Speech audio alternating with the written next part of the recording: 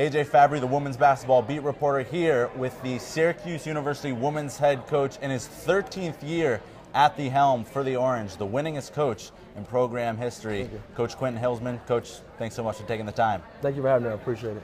Let's get right into things. I mean, you guys are returning all 5 starters from last year, 96% of the scoring. How excited are you about this group coming back this year? Very excited. It's good to have 5 starters back. You have players on the floor that know what they're doing when we're trying to install things. So they're making it easy. You know, when you can call out a play and they can run it without reinstalling it, that helps, and they've been fantastic. Last year, some early exits in both the ACC and NCAA tournaments. Has that been some fuel this offseason, this preseason, trying to get back on top of the horse? It's always that. You know, you always want to get in these tournaments and make deep runs. But I mean, I can tell you, going into the season last year, we knew that would be a challenging season for us. And I can really tell you that our girls did a really good job of getting us back to the tournament. You know, playing to a level for us to still, you know, be one of the top 64 teams in the country. You know, at the end of the year, when they make the tournament, I was very, very pleased with what they did. We had plenty of times in our seasons that we could have folded, and our last 4 games, they were all must wins, and you tied some really pretty big wins into the last 4 wins we had in the season. A couple weeks into the preseason, we're still a few weeks away from the first game. What have you seen from your team so far that shows some promise? Just our depth. We're very deep. We are very deep at every position. We have a level of competition going on right now in practice that's really healthy. It's getting our team better. It's making our program better. And that's all we want to do. We really want to make sure that they understand that to win every game and to be in every game, to win a championship, you have to compete. And they're competing at a high level right now. And, 5 returning starters, a lot of the same girls are in the locker room. Has there been a bit of a change in the mentality? Is there anything different going into this season than there was last season?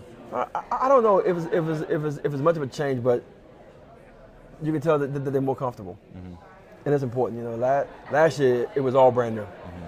You know, we only had I think 2 or 3 returners on our roster that played minutes, and that was huge. You know, we just had to come into last year with a mindset of trying to stabilize our program.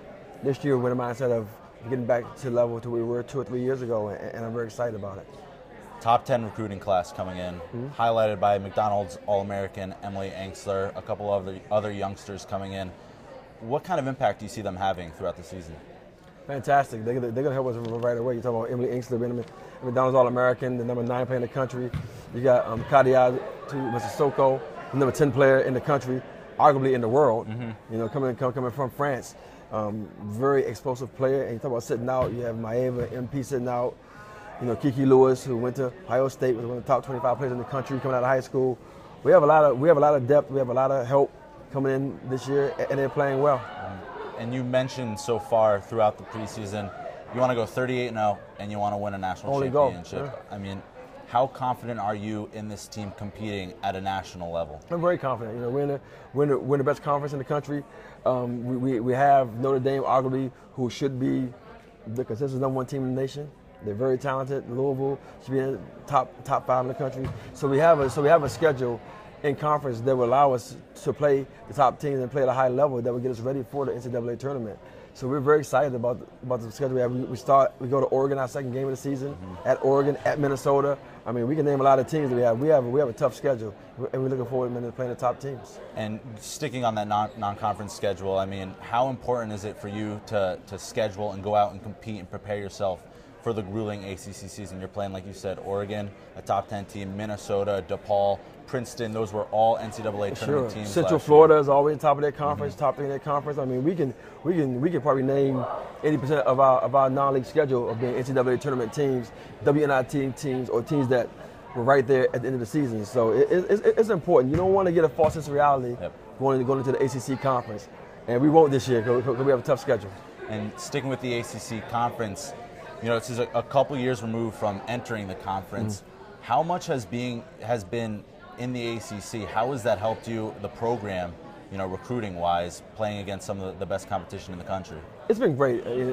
Obviously coming out of the Big East, we still had UConn, still had Notre Dame, still had Rutgers, Louisville, so West Virginia. That was a very deep conference in itself. But coming into the ACC now and bringing a handful of those teams with us, You know, it's the same. You know, you're going into a conference to where they compete every night. You're playing against great players, playing against WNBA caliber players every night.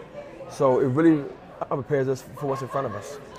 A lot of players coming back. We've mentioned Tiana, Digna, lots of players that we know we're getting ready, we expect. Who's someone that's flying under the radar that maybe we may not know now but can have a big impact this year? I think that Isis Young is going to have a really big season for us. And she had a tremendous offseason. She's been fantastic on the floor. She's doing great things off the floor with her communications major.